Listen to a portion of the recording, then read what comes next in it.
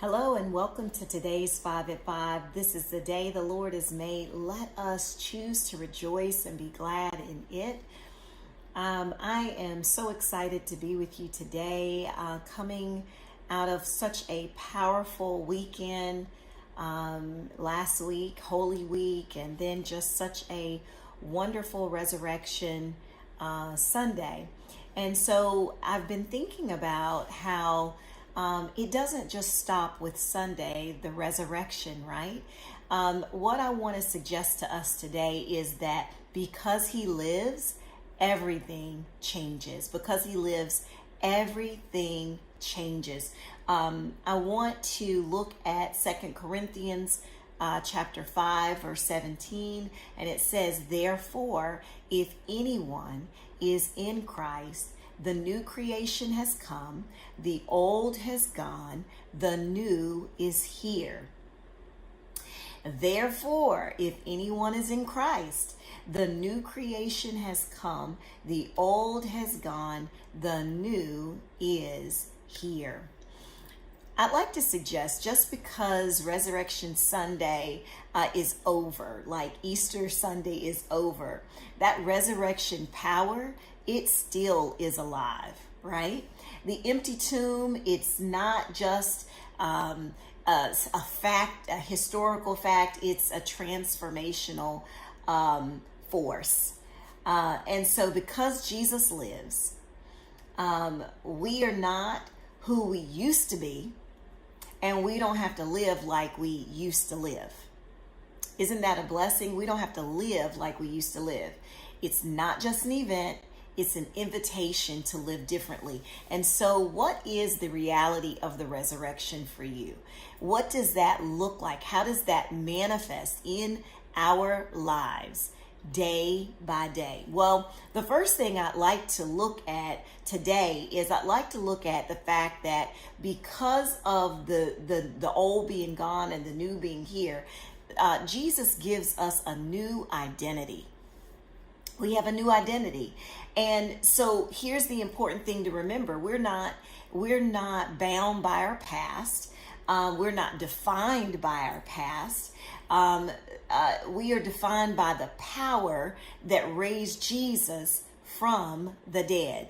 Isn't that amazing that the same power that raised Jesus from the dead is in you and it is in me? That power lives, resides within us. So in Christ, you and I, we are new creations. Our failures no longer have the final say. Are there some failures that you are having a hard time getting over? You still haven't let go of them. Well, they don't define us anymore because we are new creations. This means freedom from shame. Is there anything that you are embarrassed of? Is there anything you are ashamed of? We are free from that shame. We are free from guilt because you know what? All have sinned and come short of the glory of God. We have all. And we all have things that honestly, we don't want anyone to know about. That's just the truth. They're not our finest moment. But we are free from shame. We are free from guilt and labels that others have given us. How have you been labeled? How have I been labeled?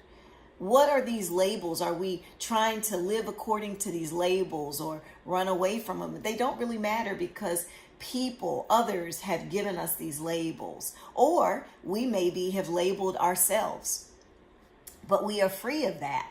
So I want you to ask yourself, am I living like I'm truly new? Am I living like I'm truly new? Or am I still wearing grave clothes that God already rolled away?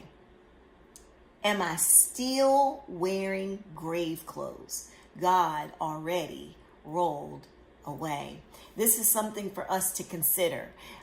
What is the reality of the resurrection?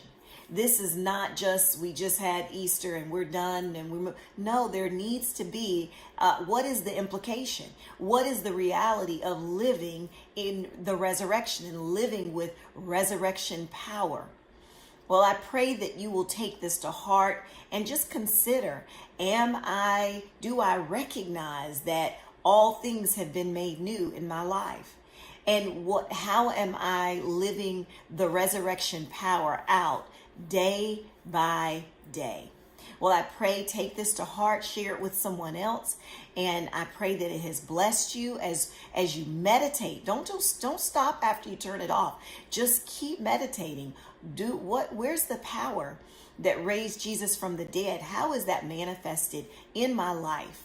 Well, take this, share it with someone else, and I look forward to seeing you on the next 5 at 5. Be blessed.